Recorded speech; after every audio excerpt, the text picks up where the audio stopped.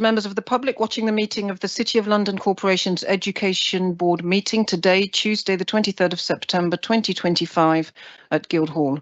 The public element of today's meeting is being live streamed, and those participating in the meeting have given consent to their inclusion. The recording will be available on the City Corporation's YouTube channel following the meeting and will be retained for up to 1 municipal year.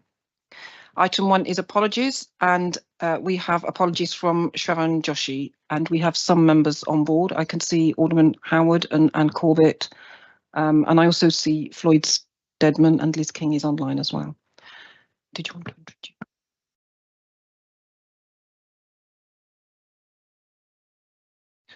Welcome to the meeting. I am Councillor Tim McNally. I am the Deputy Chair of this committee, and I'm chairing because Councillor Naresh Sompar is unable to be with us today due to a medical appointment. Thank you all for coming. Town Clerk. So our next item is members' declarations. Are there any members' declarations over and above what's already been declared? Thank you. And then the next item is the public minutes of the meeting of the 10th of June 2025. That's to approve. Any comments or corrections to the minutes? Otherwise, it's to approve. Thank you. And then the outstanding actions on page 13. Anything to add to that? Okay. So page 11. Page 11. We're 2 pages out. Sorry, I don't quite know why. So the next one is the appointments to the subcommittees. So currently, we need to appoint to the nomination subcommittee, which doesn't have a set meeting date at the moment, but we normally have the chair, deputy chair, plus 1 more person. So are there any members who'd like to put themselves forward for the nomination subcommittee? No, I don't want to put myself forward. All right. But I was a bit curious about the nomination subcommittee. I wasn't just quite sure why one was needed. Well, it's in case we need to appoint an external member. That's generally what it's been convened for in the past, and we don't have any need right now, but it might. Okay. I mean, it's a sort of bit of a silly point in a way, but I just thought I can't see that we need anything formally called a nomination subcommittee. It would be, I think, common in other committees just to call people together as and when it was needed, as opposed to having anything formal. But it's up to others. Just didn't quite see the points. Yes, I can come in there. I mean, in reality, that is what happens. But sometimes it is quite intensive, like if we're looking for 2 or 3 externals or something. So it's terminology, but I mean, I'm happy to do it anyway. Okay. Because Thanks. I've done it for some years. Yes, so I can just do it. So it would be yourself, Naresh, With and the Tim. chair and deputy Okay, chair. fantastic. Thanks. So then we also appoint 2 members to the Member Development and Standards Committee. Currently, the default is for the chair and deputy chair, who are currently on that committee. But if there are any other members that want to do that, then you can either let me know now or later. Naresh and I are already on that committee, so to avoid us double heading, if anybody else would like to go on it. I'm already on it as well. Oh, in another capacity. Yes, I've seen that. Yeah. Okay, that's fine. And then we'd like to renew the term of office of Jane Hindle, who's indicated she's happy to stay till the 30th of October 2029. You agree? Thank you. Well, thank you, Jane. Thank you. So our next item is item 6, and this is the Education Board Budget Monitoring Report, and that's to receive. Thank you, Chairman. Yes, this report is for your information. The board has a total budget for the year of 3.1 million, and that Q1 is forecasting to be on budget for the year end. Early days, but we'll know more at Q2. Happy to take any comments or questions. Do members have any comments? Helen? Yeah, thanks, Mark. And I did have a look at this, and if I'm reading it correctly, it didn't look to me as though we have committed very much yet. And so it was the confidence with which we would spend to outturn by the end of the year but also thinking properly about what we're spending on. So if it's not committed now, not just to have a end of year rush thinking we've got the money, we've got to spend it and commit it to something. If we genuinely don't need to spend it, then we shouldn't, because it would be available for other things. Yeah, I think you're talking more about the local risk rather than our sort of premium grants. Yes. So page 22. So obviously we've got commitments around the salaries, which will go to budget. So it's more the other elements around, particularly I think you're probably speaking about the Cultural and Creative Learning Fund, 224,000 in the full year. We've only committed at the moment 6,000. We've been in discussions with colleagues in the department who are confident that they have a plan to spend that money appropriately by the year end. And Scott, can you speak a bit more about that? If I may, thank you. We are reporting on the financial year, as you would expect, and we plan the expenditure around the academic year. So there is a lot planned for the academic year, which has just started, and that includes the greatest expenditure around the City Premium Grant that schools will be anticipating. Their first tranche for 25-26 will be coming through January. Yeah, thank you. So then that's why we've got all the list of academies in this table as well, and that's their share of the grant.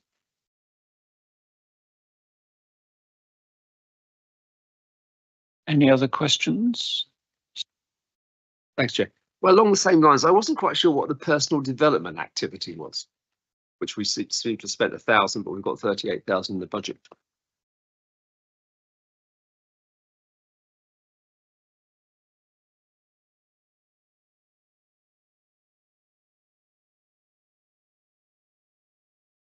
Let me come back to you on that one. I think that's to do with some CPD that was.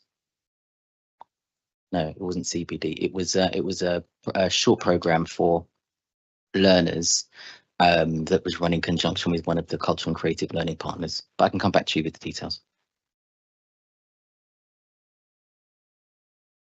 So members, this is an information item, so this is to receive. Town Clerk. Thank you. So our next item is the City Educational Trust Fund, and that is for decision to approve the request to extend the eligibility criteria for the programme. And I think we've got Ronnie. Thank you. Thank you, Chair. Yeah, members are reminded that you are acting in capacity of trustee of the City Educational Trust Fund. Full funding for primary arts was awarded in April 2024, and funding comes through the charity as opposed from the corporation. Rebecca and Laura are here from A New Direction to talk you through the evaluation and the impact of year one of primary arts delivery. I'll pass you over to Rebecca and Laura.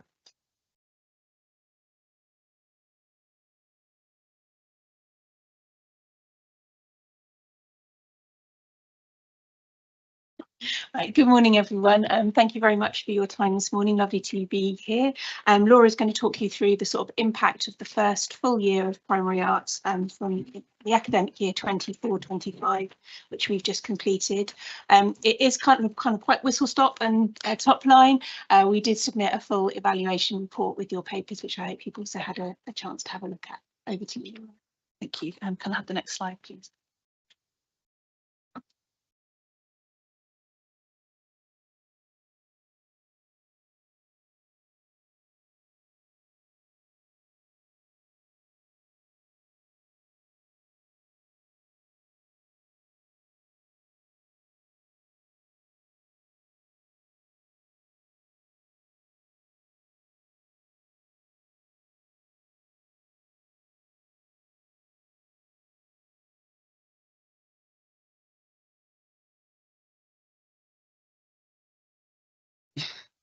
Don't worry.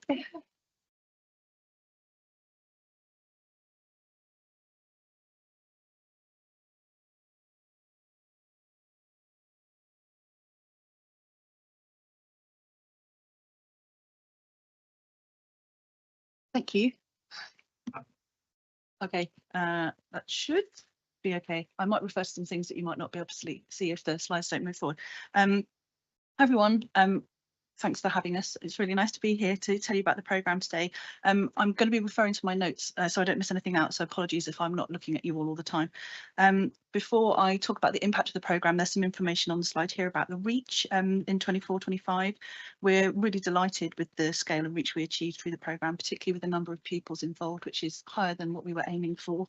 We had 30 boroughs represented in the programme, so we feel confident saying this is truly a pan-London programme. We are, of course, thinking about how to bring those final 3 boroughs in. If you're interested in the missing 3, they are Bexley, Sutton and that one school in the City of London who are having emails directly from me to encourage them to take part. We do have all schools in all those boroughs are registered for the programme. They just haven't actually been actively engaged in the work yet, but we are working on supporting them to find something that works for them, and so I'm hoping that they'll be participating this year. Bonnie, if you're able to move a slide on, that would be great. Thank you. Just to explain briefly about the evaluation, this was carried out independently by our evaluator Hannah Wilmot, who also evaluated the pilot, and she will remain attached to the programme for the remainder of the delivery. The evaluation is based on our theory of change. I've included it on the slide here. Obviously, it is much too small for you to be able to read it, but just to give a sense of it, and you will have received this in the past. We'll be updating the theory of change very slightly, and I'll circulate the new version of that once it's finished. I'll send it to Ronnie so you can see it for the coming year. Her approach involves triangulation. So, for example, where we're evaluating directly with pupils, we're also getting feedback from their teachers about them and getting evaluation deep feedback from the delivery organisations working with them through their event reports. So wherever possible, we're using either multiple people or multiple methods to get robust data. She's also completed 4 case studies which focus on leadership development, staff wellbeing, empowering teachers to implement new pedagogical approaches, and about developing the cultural capital, creative potential and skills of children. All of those will be shared with Ronnie, so you'll be very welcome to have them. We've been very pleased with the evaluation. It's much like the pilot evaluation in that it's very positive and demonstrates that the programme is meeting its intended aims and outcomes. If you don't mind skipping on, Ronnie. Thank you. I'll start by talking about impact on pupils. Across the programme, pupils were found to be engaging in fun, inclusive, enjoyable activities that contributed to feelings of accomplishment and positive well-being, developing capabilities including creativity, teamwork, confidence, self-belief and art skills, learning about diverse topics and cultures in interesting and accessible ways, using their imaginations, having their voices heard and expressing themselves through varied art forms. The evaluation identified 3 key outcomes shown here: development of cultural capital, participating in new experiences, attending live performances for the first time. 93% of teachers said that Go and See, that strand of the programme that involves trips out to cultural organisations, develops the pupils' cultural capital. They develop creativity, curiosity and art skills. 97% of teachers said that activities encourage children to be curious by exploring new ideas, knowledge, art forms and places. And 92% of teachers said that children develop creative and or art form skills. They also had fun and enjoyed themselves, which I think is really important in terms of building children's capacity to engage in cultural activity in the future. 99% of teachers strongly agreed that children had enjoyed themselves and had fun. We asked pupils how they felt about their experiences through the touring programme, and the top 3 feelings they chose were amazed, happy and proud. Another key finding was around inclusion and accessibility. The inclusive approach we're taking in the programme was praised by teachers and resulted in positive outcomes for all pupils. The in-schools touring programme was particularly successful in SEND settings, with 100% of special school respondents strongly agreeing on the success of all aspects of the programme. There's also evidence of sustained impact on pupils. Follow-up surveys showed lasting benefits, with children continuing to reference experiences highlights of their year and demonstrating changed attitudes, motivation and enthusiasm towards arts and creative activity. The quote that I've included on the slide here, I think, demonstrates a lot of what I've talked about. Do you mind moving on, Ronnie? Thank you. In terms of impact on staff, a key finding that has potential for longer term impact was of strong professional development outcomes. 94% of respondents said they felt confident and motivated to apply new creative approaches across the curriculum, and this was supported practically, as 97% said they'd been given new skills, practical strategies and resources to use in school. There was also increased confidence for teachers in delivering creative subjects, particularly in poetry and drama, which a lot of teachers find more challenging or intimidating to do, and using creative approaches across the curriculum. The CPD we delivered through the masterclasses, Come and Try and the touring programme all supported wellbeing for staff, with over 98% of participants saying they left the sessions feeling valued as educational professionals and supported by their peers. Participants in the Cultural Education Leadership Programme demonstrated substantial growth in leadership development. By the end of the year-long programme, 100% of the participants last year rated their capabilities in advocacy, using the creative sector, and their leadership confidence as high or very high, which was a significant step up from where they were at the beginning of the programme.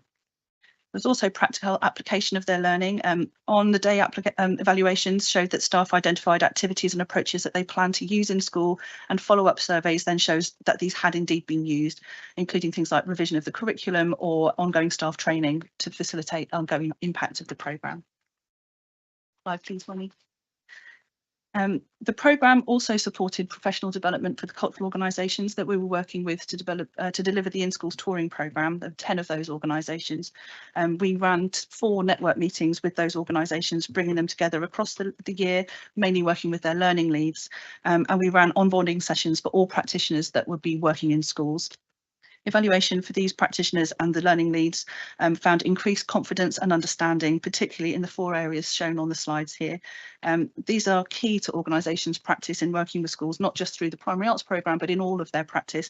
So this should have an ongoing impact on the future work that they do with schools beyond primary arts, which is a great legacy for the programme. Next slide, please, Ronnie. Thank you. In terms of sustained impact, as well as carrying out evaluation on the day at sessions with participants, we also sent out follow-up surveys to all teachers participating in the programme, and used longitudinal tracking of the leadership participants from the pilot programme to explore longer-term impact. The evidence demonstrated school-level change.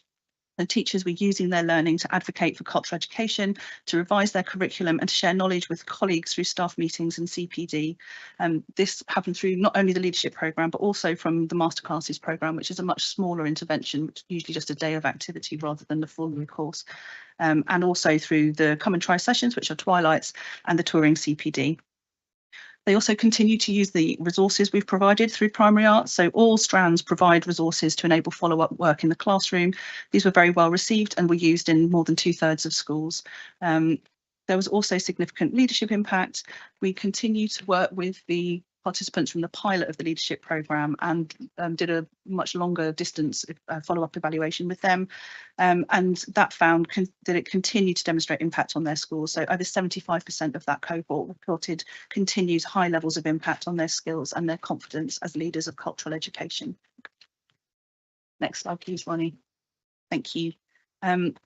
Very briefly here, I've outlined what the evaluation identified as key mechanisms of change through the programme.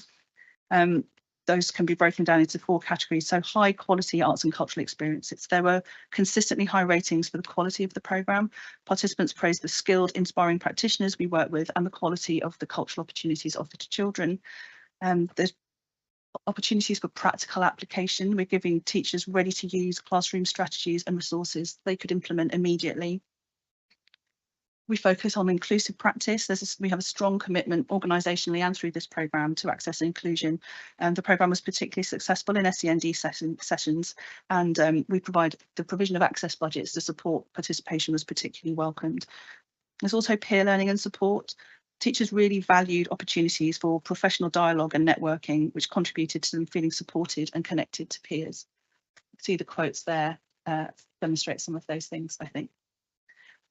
Next slide, please, Ronnie. And that's the last one. I really just wanted to end by thanking you all. This programme is such a joy to deliver, and it is a real privilege to be able to do this work with schools at this time. Honestly, it's one of the best things I've done in my life. And I really, really love it, you know. So we just launched year 2. That launched a couple of weeks ago. We just opened it for bookings. It's booking really well. All strands are booking up nicely. We'd be really delighted to welcome you at some sessions in the year to come. Jane very kindly came to visit us at the end of the year at our leadership celebration, and I think she had a nice time. So we would really encourage you to come. I'll be circulating some dates through Ronnie and give you information about how you can join us. But I really hope to see you at something soon. Thank you. Well, thank you for that. I mean, this sounds like really amazing work. I mean, we're now 1 year into this £3.65 million programme across a 48-month, 2-year period. and it really demonstrates the City of London's reach to all of the pupils across the city, across Greater London, and particularly I liked to hear about, you know, over 1,000 teachers being reached through the CPD. Now, I know that Deputy Haynes has got to leave us because she's got to go chair a meeting of the Southern Trust. Wonderful, thank you. And members are being asked both to note this wonderful activity, but also the extension of this to SEND pupils in secondaries, as highlighted on paragraphs 27 and 28 on page 29.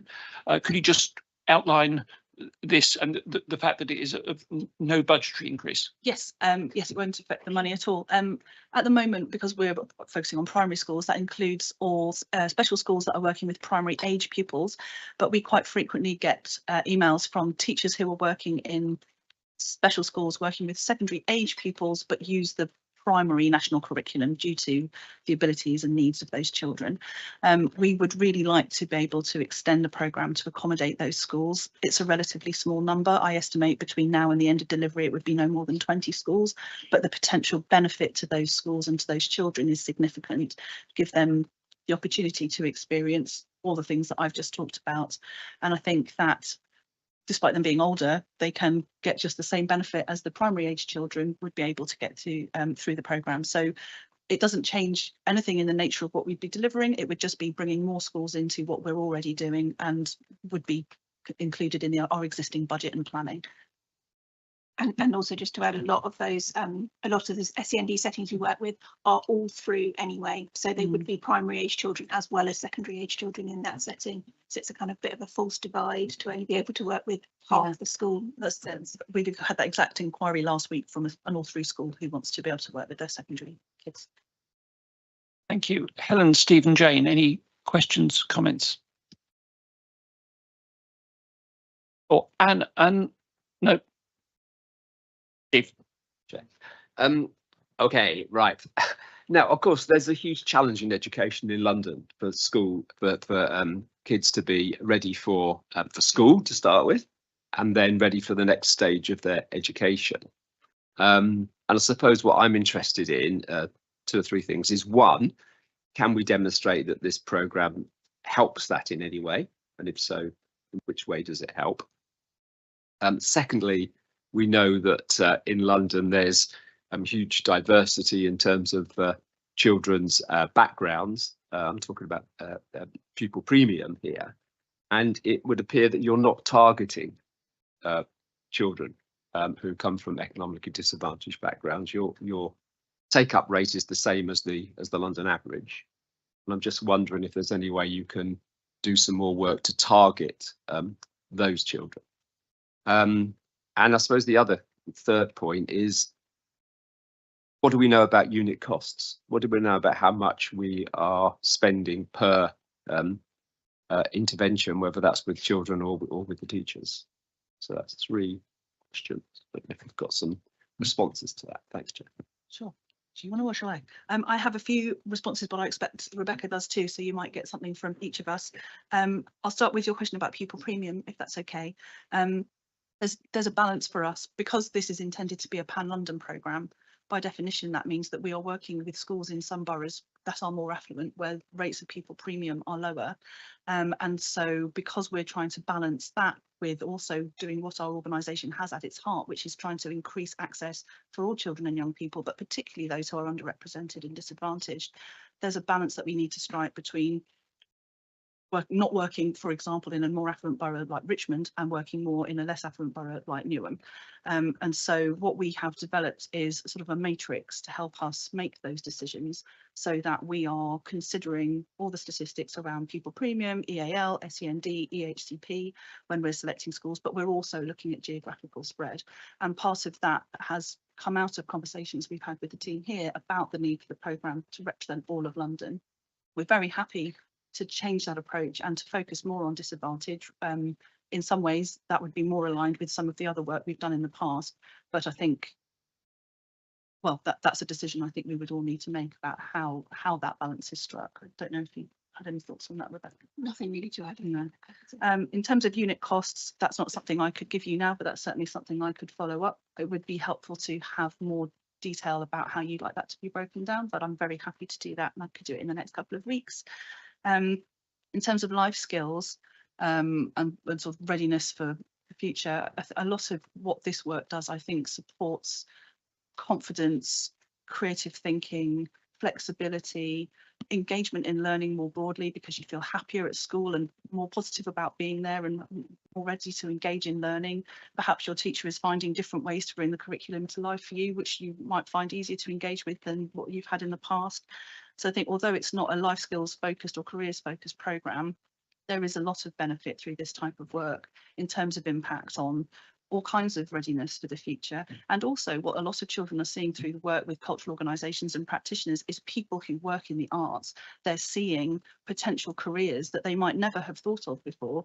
One of the comments we got from a child participating in the touring programme was that there was a poet and that was their job. It wasn't just something they were doing in their spare time. That was their actual job. They did it every day. And that child had never thought of being a poet as a job before. So there's something about opening children's eyes to the world of possibilities that the creative industries and the cultural sector present, and also feeling that they can do that too. They're participating in those things and they're taking on that within themselves as something that is for them and that they can do. And a lot of children don't get that experience through their family life, only get that at school. And this programme is a really amazing opportunity to give children that. Can I just come back on one point? Yeah, it'd be great to see some unit costs at some point. I'm not suggesting that the range of schools change, but in terms of the pupils participating in most London schools, there are, you know, even in the affluent boroughs, there will be a percentage of children going to each individual school on pupil premium. I suppose it's a question of, you know, when schools are selecting children to take part, whether there can be the opportunity to make sure that it's the economically disadvantaged children that get the first go at it. So for the in-schools touring plan, a programme strand, we work with whole year groups. So every single child in that year group will be taking part. So obviously, as part of that, any children who fall into those categories are taking part. For the go and see trips out to schools, again, it is up to the schools to decide which group of children they want to bring. Again, usually they tend to bring a year group. We have had some schools bring specific groups of children because they felt that they would benefit the most. So I think schools do have the opportunity to make those choices.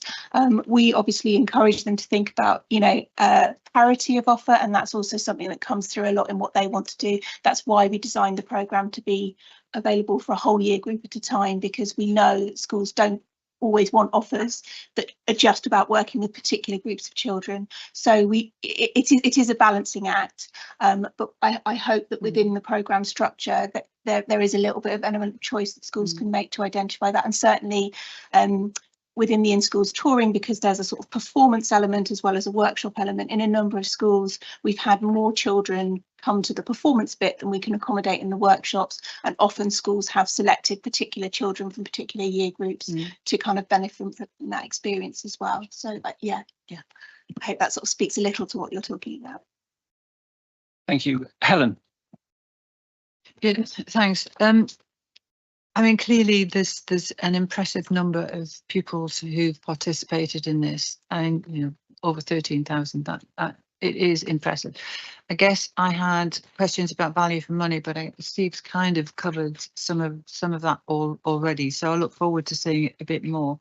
And I was also interested in the impact on learning, which I think, I mean, this is a pretty hefty report as well, I have to say. So it's easy to, I have to say, it's easy to have missed things in it because it is so detailed.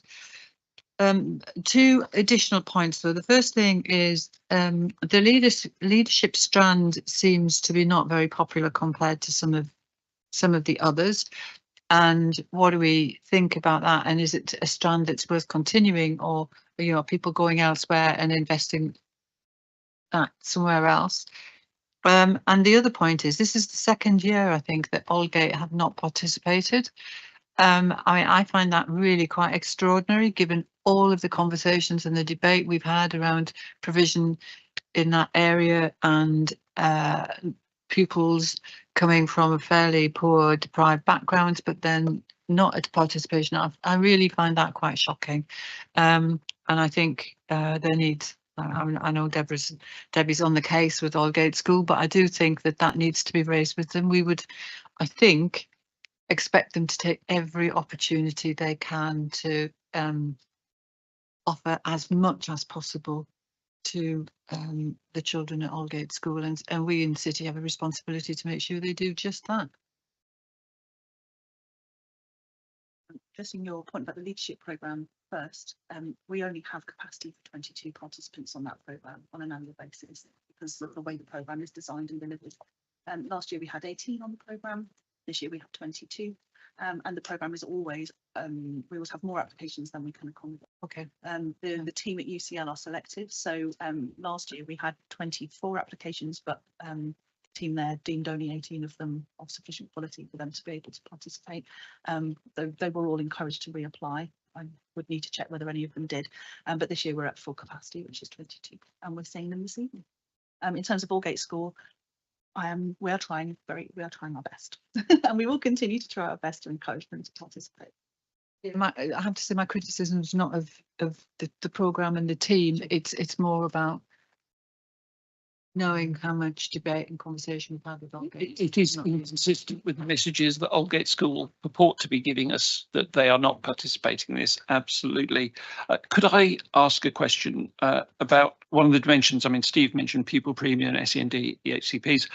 What about looked after children? Is there any monitoring or about their participation? That's a really great question. We don't currently monitor that directly. I don't know how straightforward that would be for schools to report to us, but I imagine it would be possible. So if that's something that the board is interested to know more about, that's something we can look into. Thank you. Jane. Yep, just very quickly, and following on also from Stephen Helen, is there scope for the evaluation of year 2 to include a bit more of impact on broader learning and confidence? In other words, will teachers be asked what the pupils who took part in year 1 activities, if that's the confidence has lasted at all through year, a bit more longitudinal? Yes, that's likely to be done through a case study process. So what we're looking at doing, similar to what we did with the leadership programme, is tracking over time some schools' participation in the programme. So that's certainly something we. Thank you. Now, members, the specific thing we're being asked to decide, apart from welcoming the year 1 report, is the extension to SEND at the secondary level. And obviously, the case has been made, if you've got a 3 to 18 all through academy, it's a bit selective just to offer it at the primary level. Are you happy with that recommendation? So I think we are to accept and agree. Thank you. Town Clerk. Okay, so item 8 is the workforce skills development performance update, and I think Deb was going to first talk to that. Thank you, Chair. I'll assume that the report is taken as read.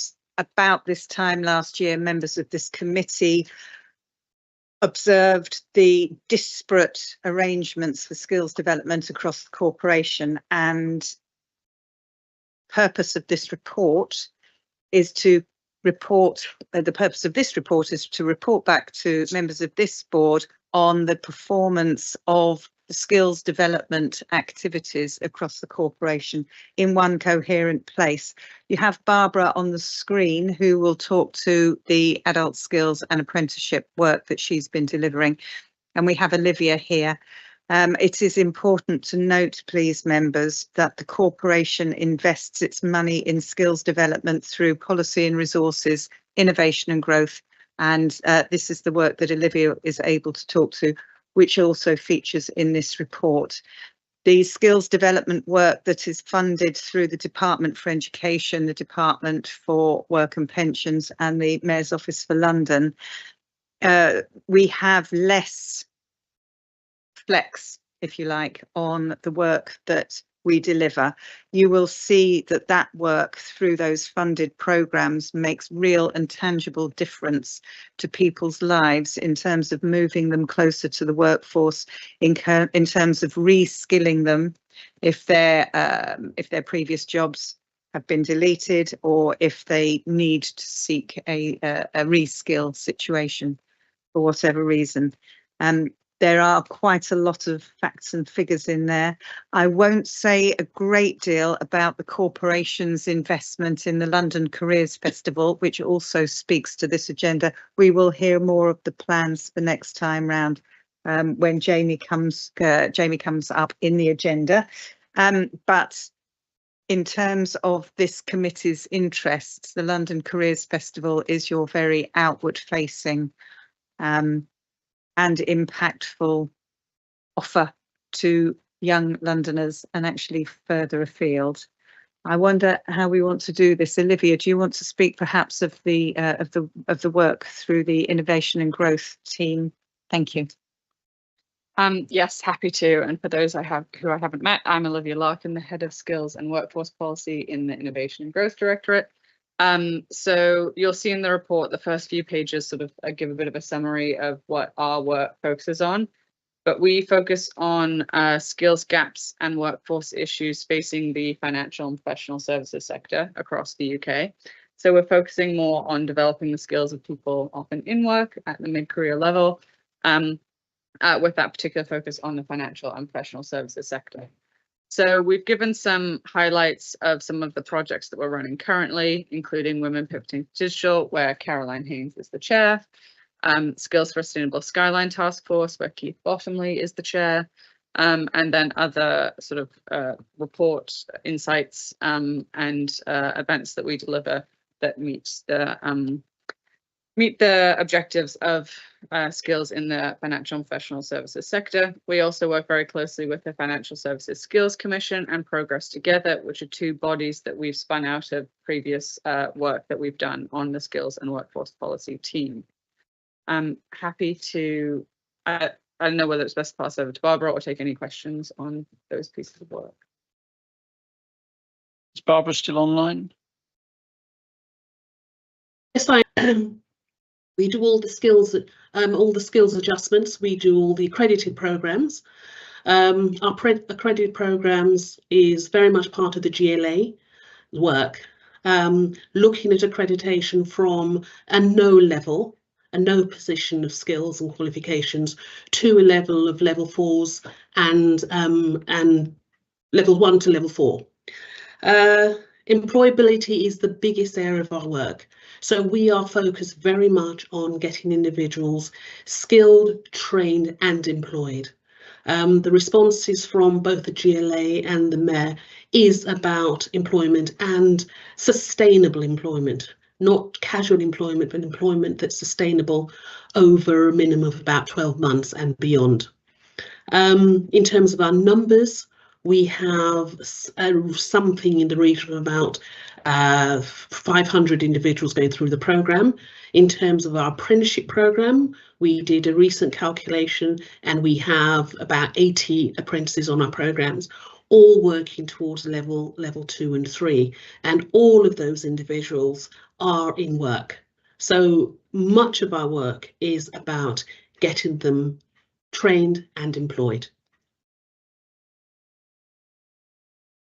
Deborah. Thank you. The nexus of the debate from the from the Education Board has been with regard to work experience, particularly for disadvantaged pupils, particularly from City of London Academy Trust schools. And that has been the responsibility of the corporation's learning and development team. And there has been movement with this regard. There has been more activity this year in terms of getting COLAT pupils through the doors of the corporation to start with. What has become increased, and that's referenced in the report that you have before you, what has become increasingly evident is that the companies around us tell us that delivering quality work experience is actually very expensive for them.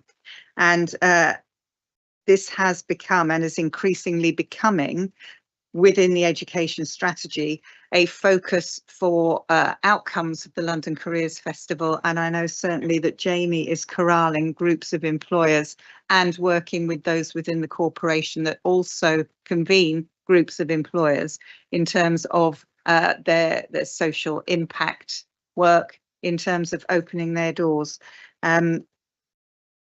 It is a bigger commitment than I think we had anticipated on behalf of those companies, and it's certainly something that Jamie will be able to expand on, encouraging that social responsibility. And I think that's probably what I'd like to add.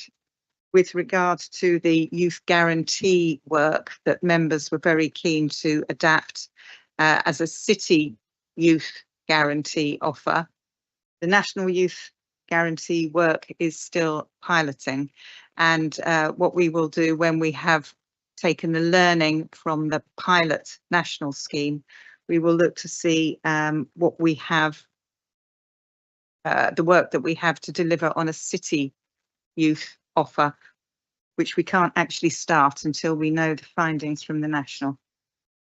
And also depending on the financial and human resources required to create that from within existing, because we're not going to come back and ask for more money to do it. Well, thank you, Deborah, Barbara, Olivia. Members, any questions, comments? Helen. Debbie, I was reading something and I missed what you said, your final point about money. We're not going to be coming back and asking for more. Right, okay, fine, good. Then my question is that, and it may be that I'm not grasping everything that's here, so forgive me if that's the case, but I suppose there's a couple of points. I mean, this is clearly an investment in the talent and skills for people that we feel we want to have, and businesses are saying we need in FPS and more broadly. And there's so that hence I absolutely understand innovation's interest in this. But I'm not really, I think, seeing that much in the paper about I mean, there's a section on SME, but I'm not quite sure that I'm seeing quite where businesses are in this and supporting this. And I heard what you said about work experience, etc. But how committed are London businesses, city businesses, and more broadly to this kind of programme? And I can see that it'd be very difficult to kind of assess what the impact is, but there is a fair bit about inputs, but there is not very much about impact. And is that why cities don't seem to be kind of up there driving it and saying, yeah, we really want this and want more? I'll just offer a little bit of a response here in terms of some of the work that's happening right now. As Deborah said, we're being responsive to what we're discovering on this front, and actually it's something that I mentioned when we spoke last week, Chair. As we have started work on pulling together a directory of the employability opportunities that businesses across the square mile offer, what we've realised is that this is something that is actually happening in different ways in silos within the corporation. So what we identified was that there are a couple of other places where quite a lot of headway has been made in terms of actually getting connections to businesses with social value or corporate social responsibility objectives. The rationale really behind the way that we move forward is, if we're talking to an officer over here who's already got 2,000 to 3,000 names, or I should say businesses engaged, it would seem silly to start doing that work all over again. Mm-hmm. What we should be doing is saying, okay, which is what we are doing, just to be sure, is where their strategic objectives overlap with our strategic objectives, which is for us how to more meaningfully connect city-linked learners with the businesses within the square mile. there's an overlap there between what we're trying to achieve and what those other teams are trying to achieve. So they are in the process at the moment of taking this to, and this is all connected to the city belonging work, Mark Gelston and his team. They're in the process of taking that to P&R.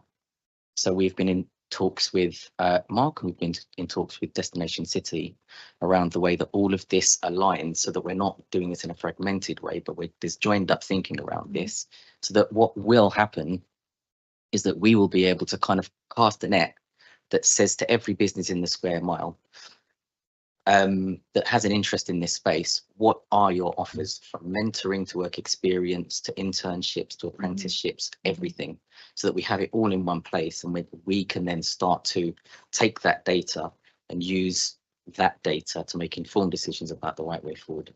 I should probably stop there. Olivia. And I'll just come in on a few of the projects within innovation and growth.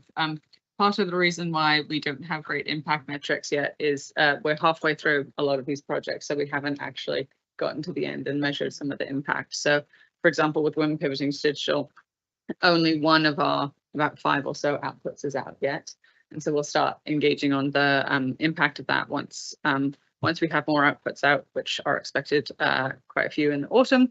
But I would say business engagement with some of our projects is relatively high. I mean, we've got representatives from businesses sitting on the 2 task forces that we've outlined here.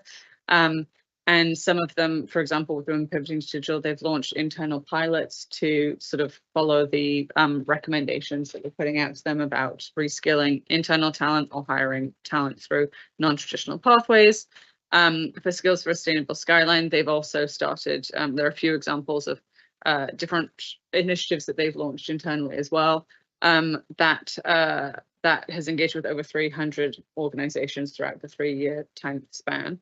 And some of it is highlighted on the new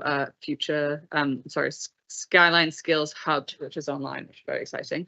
And then generally, you know, within the Innovation and Growth Department, we have quite strong business contacts, and so engaging them on their skills agenda and bringing them alongside the projects that we run, rather than, you know, that's why we often run co-create these projects with them rather than produce our inputs and then say you should go out and do that. Hence the sort of longer time frame of the task forces that we run with them.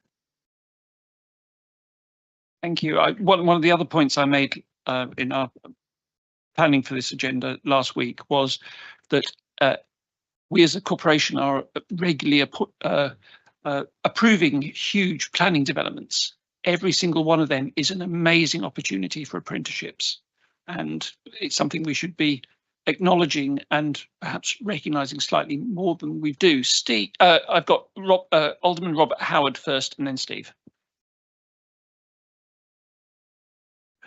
Thank you. And apologies, I'm not there with you in the room today. Can I ask what we do to connect to the existing FPS apprenticeship schemes that all the trade associations run very successfully? I sort of wondered to what extent we're trying to replicate something that at great cost, something that already exists. It's very difficult to set up an apprenticeship scheme to manage, to build and then manage the pipeline. But it's already happening as far as I can tell. The Investment Association, through Investment 2020, that's its vehicle for apprenticeship schemes. That's been up and running for years. UK Finance has a developed apprenticeship scheme for banking. The CII has a developed apprenticeship scheme for insurance. These schemes and networks already exist. They are the vehicles through which most FPS firms connect, because they'll be members of those organizations. They know who they are. If you're an investment firm, you're likely to go through Investment 2020 rather than the City Corporation. I wonder why we're trying to build something that already exists when we could just be plugging and playing into something, a network of connections that already exists at very little cost to ourselves. Are we working with these organisations, and if not, why not? Olivia? With our work, we don't specifically focus on apprenticeships, so I might pass it over to Deborah or Barbara. Investment Association, CII, and a few others are on some of our task forces, but we don't work with them specifically on the apprenticeship route, possibly because of the reasons you said. Okay. Barbara will have the detail. Barbara Can will I have just- the detail, but just to say that we are not offering, the corporation is not offering specific apprenticeships, for example, insurers, or for example, anyway, Barbara, you've got the detail. What I'm also going to say, Robert, is that in terms of companies that you've just outlined, they actually run their own apprenticeship programs and they have their own levy. So those apprenticeship training provision operates within those sectors and within those companies. The apprenticeship program that we deliver are apprenticeships that are very much linked to the corporation, unless someone comes to us from outside the corporation and says to us, we would like your help to develop a program in a sector that there isn't one already, or in a business. As we had recently, someone from a construction firm came to us and said, we are looking for 3 apprentices. We would like your help to A, identify, B, provide the training, and C, to secure. And under those circumstances, we do that. We do that as part of the work that we do. But generally speaking, the apprenticeship training program that we deliver is for within the corporation and within all the sectors that sits within the corporation. The links with employers, we have plentiful. We have many links with employers, but they're not necessarily links that are associated with apprenticeships. All the work that we do in our areas are about employment. So we are looking for those businesses to secure employment and employment experience and placement opportunities. In the last 5 months, we have had something like 4 employer forum meetings, where at any one time we have between 50 and 70 employers sitting around a table, and it's usually in the Basing Hall suite, to talk about what the employment needs are. Employment needs in terms of us needing a placement option, but also for those companies needing us. So we discuss together what it is that the companies need and what it is that we need, and we try and fulfill those. But on a very general scale, the apprenticeship provision operates within the individual sectors and within the individual companies, using their levies, of course, because they now have the levies, so we don't need to get involved at all. That's a very important point that Barbara makes. And for the companies that are absolutely minuscule, that don't have to pay into the levy, they may come to us and seek our assistance with their apprenticeship arrangements. But given that the corporation pays many millions into the apprenticeship levy and uses it for this work, that's how individual sectors manage their own individual arrangements. And I think I just want to close by saying that Manchester City Council has made a big bang fanfare of their universal offer for work experience. Actually, what they're doing is they're now advertising for companies to deliver that. And so I don't think it's as straightforward as perhaps Manchester City Council had hoped for. And I would also add that they are having their Job Centre and Job Centre Pluses also advertising within them for companies to offer work experience. So whilst the idea of a universal offer is incredibly attractive and something that we would aspire to, I think London and the City of London is significantly more complex than Manchester, and Manchester's still working on delivering on that commitment. Thank you. Yeah. Okay. Steve. Right, I think this paper actually leads us down so many avenues. It's actually quite difficult to get a grip about what we're trying to do here. And Barbara's just led me down another avenue, which is a good avenue. I mean, I think what we do know is that there are, I think the latest government figures are there are 60,000. We're 60,000 workers short in the construction industry in this country. The government is allegedly going to build 1.5 million homes in the next 4 years, and so it makes me wonder whether or not there is actually something we can do around, as Barbara's saying, there are sort of companies that, maybe a bit small in terms of being able to sort of develop apprenticeship schemes, whether there's something we can do to bring some of those smaller companies together, and then we could link them with students in our schools who might be interested in that sort of route. I think that's quite interesting. I think I originally put my hand up because innovation and growth. I'm just wondering what we're doing. And we could be doing both things, but maybe there's an emphasis on one rather than the other.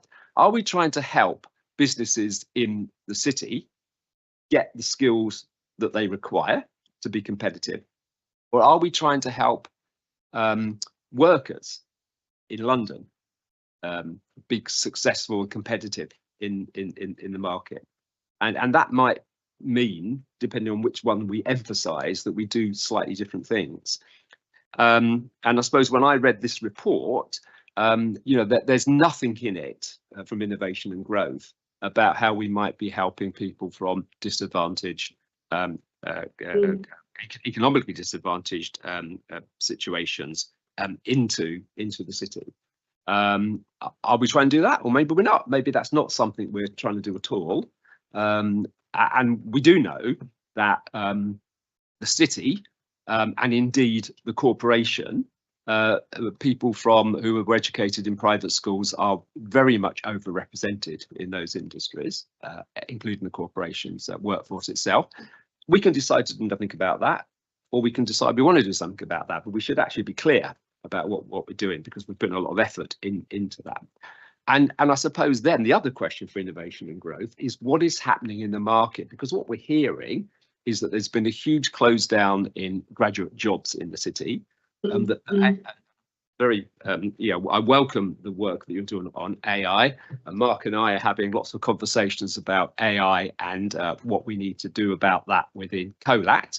But I think it is going to be a big driver for what happens to jobs in the city. And my personal view is that there's going to be far fewer jobs in the city going forward, and that will have implications for what work people do in the city, what good advice we can give young people thinking about working in those industries.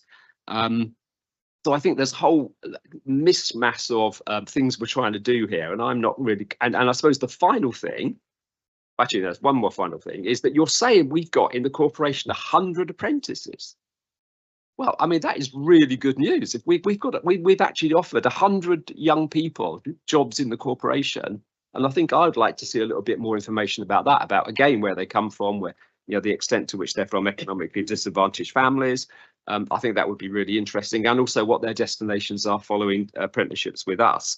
So I just think that maybe we could be a bit more targeted, particularly about what the education board's responsibility is for all this, because we are, and quite right, you're drawing our attention to a whole range of things happening, but maybe we need to be a bit clearer about what we need to be steering in the future. Thanks, Chair.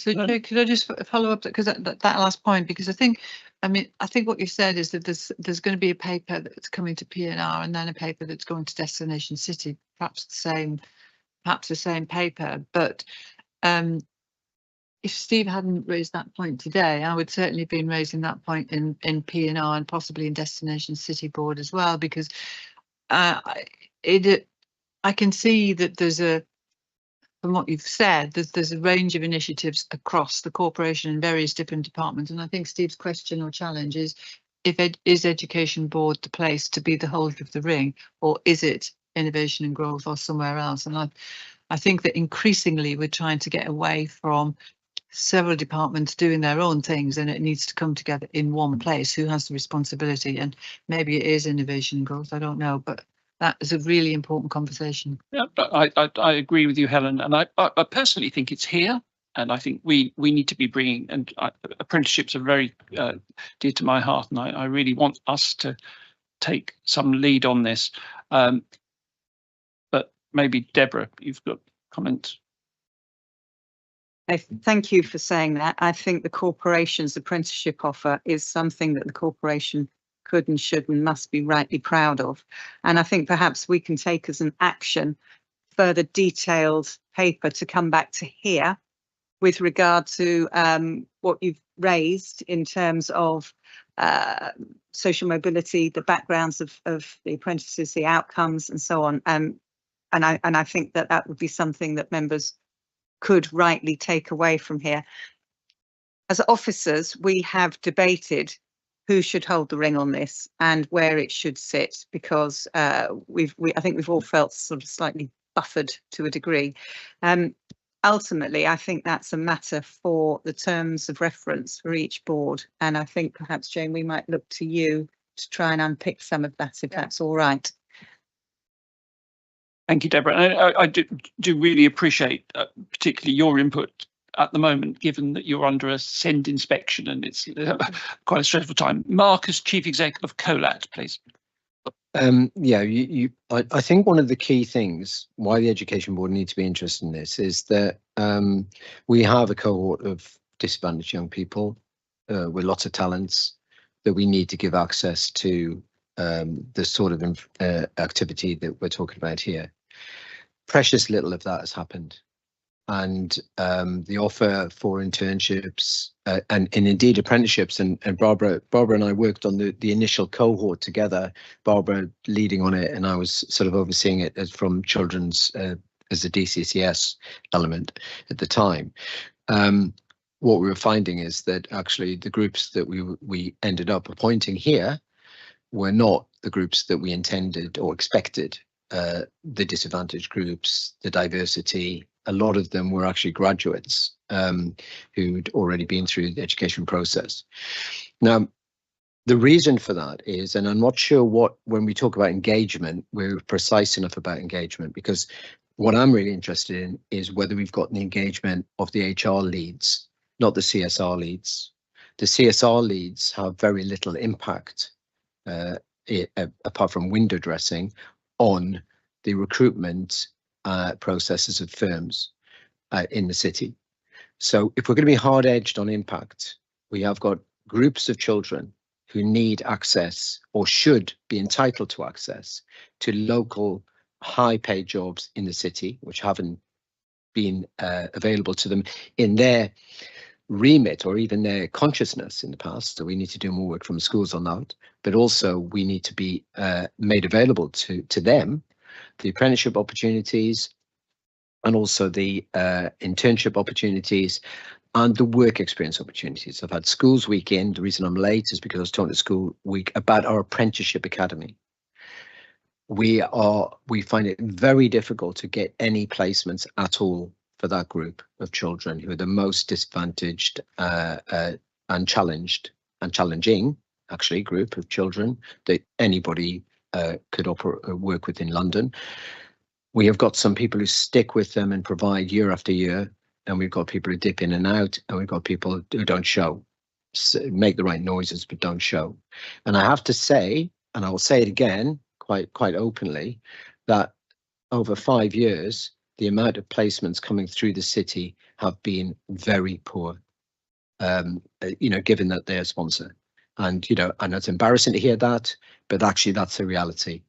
And I think we need much more impact on the ground and more connection between the talking shops, the Basing Hall Suite dinners, and the reality of delivery on the ground. Thank you, Mark. Helen. Yeah, I mean, I think this part of the conversation is really interesting, because I agree, Mark, with what you say, and Steve, about pupils and disadvantaged pupils having access. But this report, and just looking through it again, this report focuses on business, it focuses on SMEs, it then focuses a bit on graduate programme, and it says a bit towards the end about the Careers Festival. So I think it's not surprising that our conversation until this very end point has been about those things. So if this is meant to be broader than business, large and small, and the comments that Robert made, then this report doesn't lead us to that point.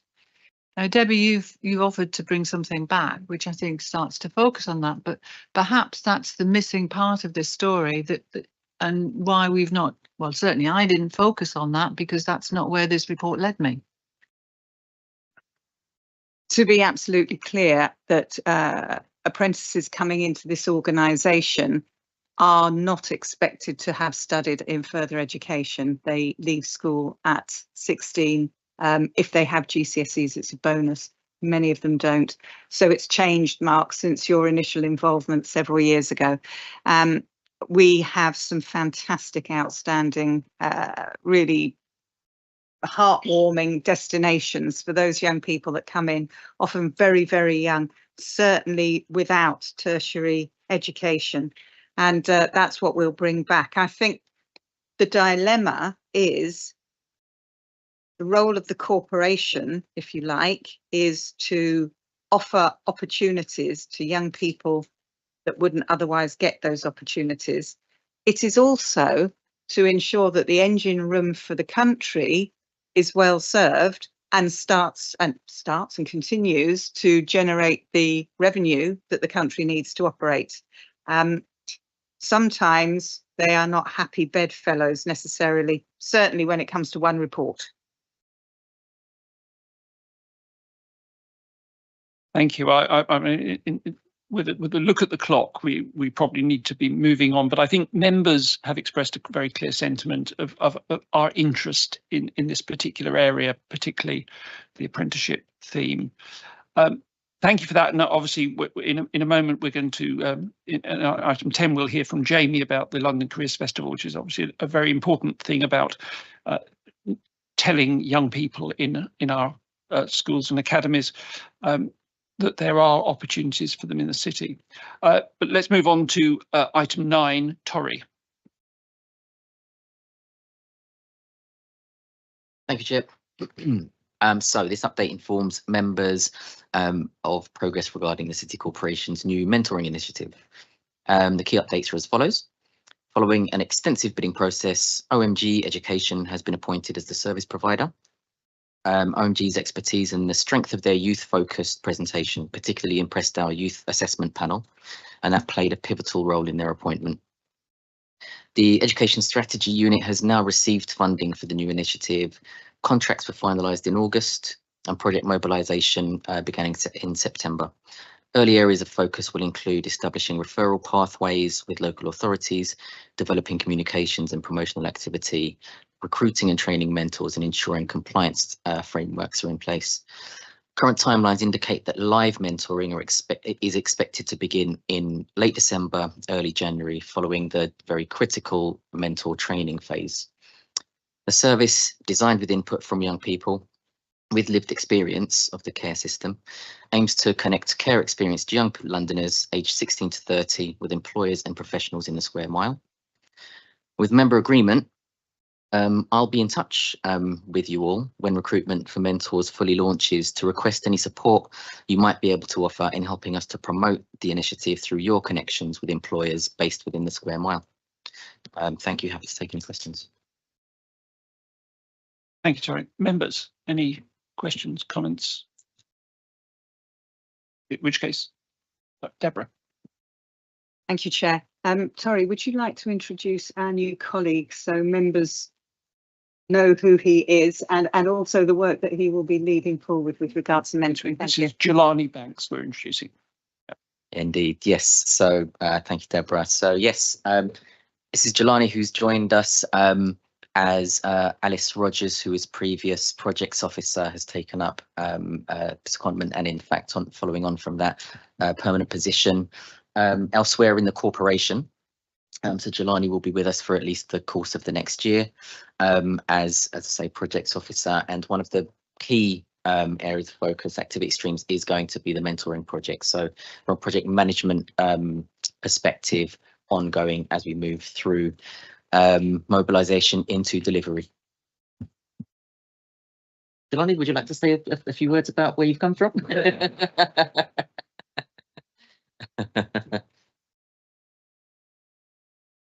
Yes, so I just came over from working directly with young people and working in this role. I feel like we have an opportunity to reach a far greater amount, make a greater impact as well. especially with the mentoring initiative that we're going forward with.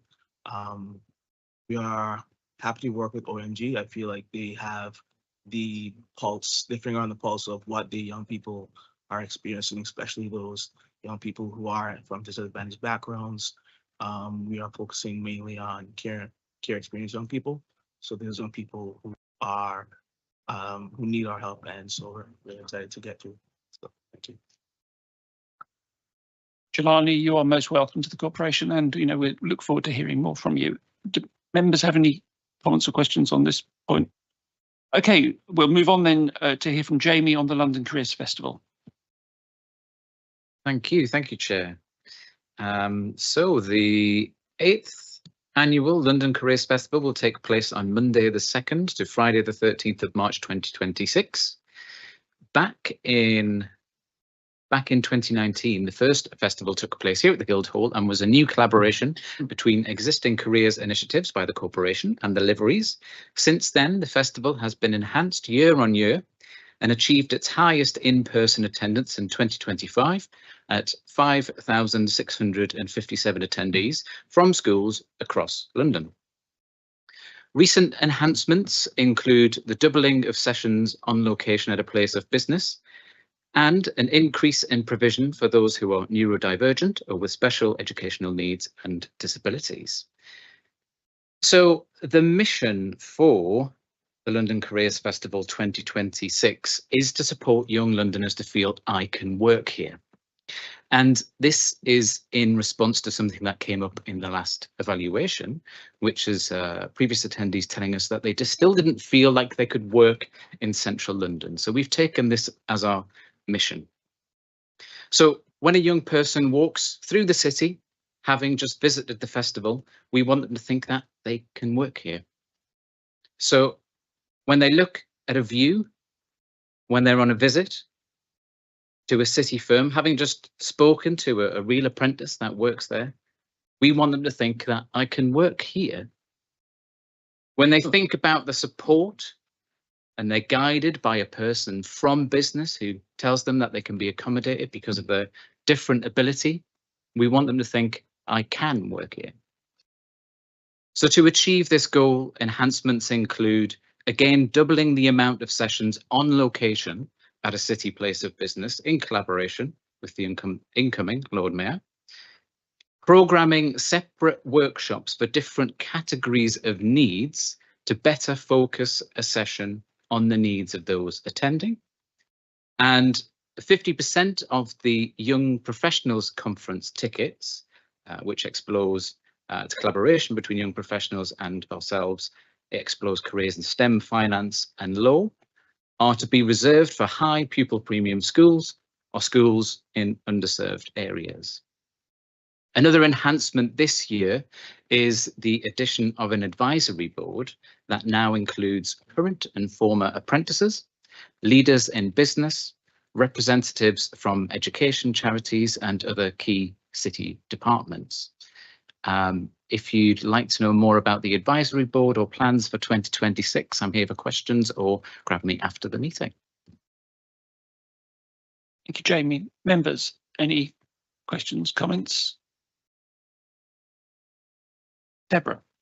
We have also found, haven't we, Jamie, increasingly that young people and schools that participate with London Careers Festival and the associated events around it are most likely to be offered work experience opportunities with firms that they engage with.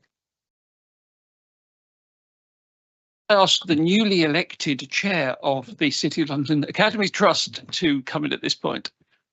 Glad I got recognised in the end, Chair. Yeah, no, I think the theme is absolutely right. I suppose that, what I think for a lot of our students is coming into the city is like coming to a foreign country for them.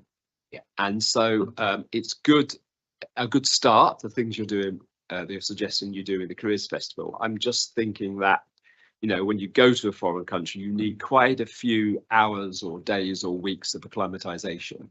So I think it's the theme we should continue to explore, how we can best, make it feel for those students who the first time they come into the city may be to the festival, that we find, that they can be, we can increasingly find ways in which they could be more comfortable in the square mile. And I think that's got to be not just a time when we're running the festival, but throughout the year, whether there's opportunities for us to help that process. Thanks, Jeff. Thank you, Steve. Jamie? Yeah, absolutely. It's something that was raised by one of the new advisory board members. To say, don't expect that one intervention is suddenly going to turn someone around. It's going to be 2, 3, 4 slightly different things. And certainly that's where a city academy, for example, might come to something at the Careers Festival, but there needs to be other things throughout the year that they interact with. Work experience, for example, the July just gone, we worked with the Green Skills Hub over in Fleet Street Quarter and hosted 2 groups from Highgate Hill and Shoreditch Park. So there was a group from there who did a kind of work experience carousel across the week. So yeah, I understand and agree. Thank you. So members to agree this report, and moving on to item 11, the outcome of the research projects, which we're not being asked for additional funding, but the 2 main themes were, of course, music education and special educational needs, and we're being asked to agree to continue that activity. But Helen. Yeah, Chair, I'm really sorry, but I have to say I've not read this report, and it coming out the day before the meeting, an 86-page report. I'm not sure that we should be taking it at all, because I don't know, other members might have read it yesterday evening, but I have to say I certainly haven't. It's just far too late to get a report of that size to be able to deal with it properly. It was late. It was to do with the timing of the agreements and so on. It really did come as early as we could get it. Absolutely accept that, and perhaps if we could push it back as long as we are able to plough ahead with the recommendations, that would be helpful, on the basis that there was a delay in approval for the 2 research projects, which meant that in order to, and this education board is very early in the year, so the report was very late. The report is quite comprehensive. It's been around timings and delay, unforeseen delays and so on. What we're very keen to do operationally is push on with, for example, some professional roundtable discussions on the back of the learning, because we're very aware that national government is doing a lot of work with the SEND agenda currently, and there's also a lot of national work and international work with regard to the future, the benefits, how music education continues to be delivered and will be delivered in the future, and we want to be able to inform those conversations as they're happening, so we can invite members to consider and debate in whenever the next meeting will be in several months' time, or we leave it with members and we plough ahead with the operational officer-based activities that sit behind them in the meantime, to be part of the current conversations. Jane. Just very briefly, I did manage to scan, but it was really hasty. But I am happy to endorse the idea of you carrying on to have a voice in those national or city-based conversations. Can I just make one point which could be a danger, and just flagging this now? City of London Academies Trust, thank you to Anna's school, I must say, for participating in the research on Send First. There is a Nuffield funding bid hopefully going to go through in collaboration with COLAT, and we'll broker that. There's a deadline for that, however, and it's in 5 days' time, and we've got a wonderful team of academics on that with Mark's agreeance. The then shortlisted applicants will be through at Easter. If we miss that deadline, we're 2 academic years behind for the funding. The white paper for SEND is going to be coming out in autumn. That's why the discussion today would have been crucial. And again, apologies for this late paper. The academics weren't able to finish the report until their contracted finish date, which was the 11th of September. And the board met too early this year. So, yeah. So Helen, we are being asked to accept this as it is late, but it is also urgent. No, frankly, I have to defer to other people because I've not even opened first page of the report, so I've no idea what the recommendations are. I've no idea what the rationale behind them is, other than what's been said. So I defer to others who've had a chance to look at it. But I think, in general, I realise the meeting's early, but then you know, why have we had it if it's too early for the business to be done? Let's be smarter about the calendar. And as a point of principle, I think we should not consider papers that come out the day or afternoon before 80-page reports. It's impossible. I agree on the principle, and actually you're completely right about the timing of the meeting. And indeed, when we come later on to talk about the results are not yet validated. So perhaps next year we've got to be smarter and not have a meeting in September, but have a meeting in October, which I think leads us, unless Steve wants to intervene, onto the calendar. Chair, all this report says is for us to note the report, so I'm not quite sure. I mean, I think what Helen's asking is, can we have it on the next agenda so we can actually look at it and discuss it? But we're not actually stopping anything happening because you're not asking us to give permission for anything to happen. We're asking you to endorse some of the recommendations, which would be operational officer-based activity anyway. Thank you. Then on that basis, can we turn to page 119 and look at the calendar for the year ahead? It's not, so it is 119 rather than 121. Now, because of analysis of the agendas over the last few years, officers have recommended to us that actually going forwards, we should streamline the Education Board down into 3 meetings, i.e. 1 a term. And that is something that's happening across the corporation. Formally, the town clerk has ultimate responsibility as per Standing Order 33 for using the summons for each meeting. But the proposal is that we would delete the December meeting, go ahead with the January meeting, delete the March meeting, go ahead with the May meeting. Sorry, town clerk.